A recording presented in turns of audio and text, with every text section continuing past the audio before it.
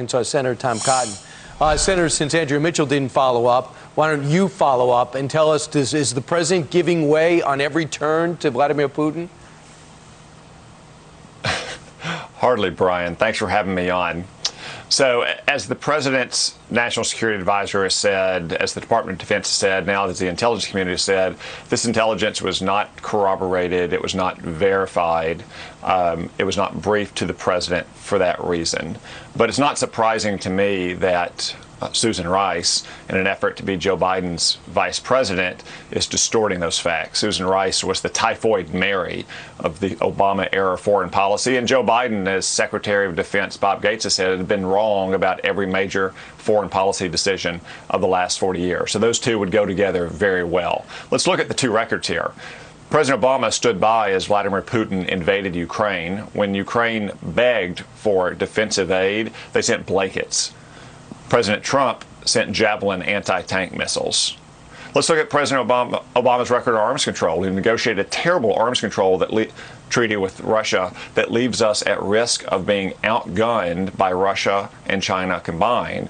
President Trump has been eliminating obsolete arms control treaties from the Cold War. So at every turn, President Trump has been much tougher on Russia than President Obama ever was. I mean, let's find out what happened here. The other thing I walk away with, and you're the guy who's in the infantry, is we have to have a presence in Afghanistan. If we pull out, we're turning that country over to Russia and eventually to China and to Iran. Please tell me how that's in our interest after 19 years of sacrifice. We have to make sure that government takes root, and this deal with the Taliban is a train wreck. But I don't know how you feel about that.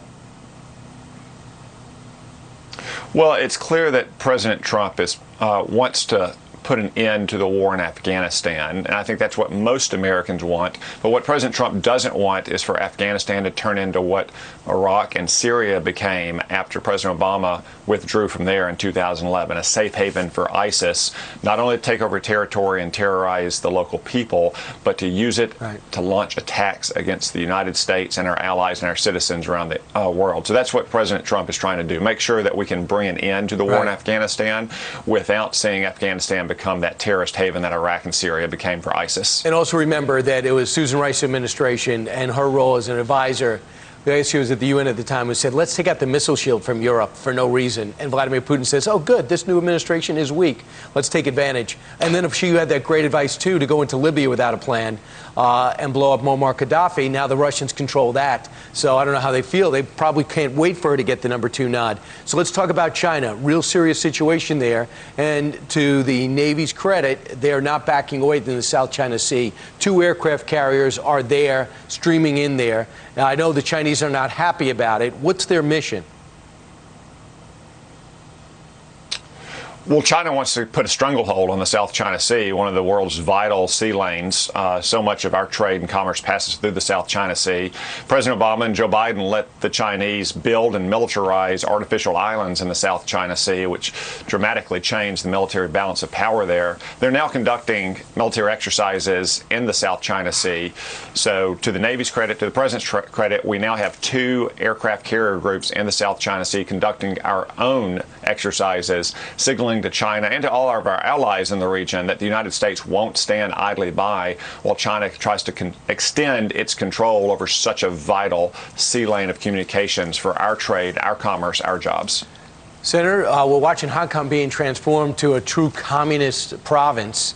Is there anything we can do to help those people who have sacrificed so much with such bravery over the last 2 years?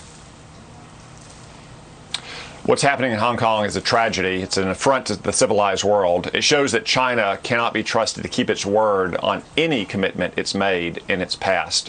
I commend Boris Johnson and Great Britain for allowing up to 3 million Hong Kongers to come to the United Kingdom, since it used to have sovereignty over Hong Kong. Taiwan is taking similar actions. I think we should put Hong Kongers at risk of persecution because of their political beliefs or their religious beliefs at the very front of the line for our refugee program as well. Let's do it. Make that call to the White House, and I just look out for Taiwan. I mean, even though they're capable of defending themselves, not against China, and if they're able to pull off Hong Kong, they're going right for Taiwan. Final thought? That's exactly right. That's one of the reasons why we have those aircraft carrier groups in the South China Sea. I mean, look what China did in the Southwest. It's essentially invaded India over the last few weeks and killed Indian soldiers. No country on China's periphery right now is safe from Chinese aggression. All those countries want a close relationship with the United States. We ought to have one. And I love that India is shutting off all Chinese apps, including TikTok, right away. Maybe that will get an economic threat is more potent, perhaps, than a military threat to the Chinese government. Thanks so much, Senator Tom Cotton. Have a great week. Thank you, Brian. Straight ahead, President Trump sending a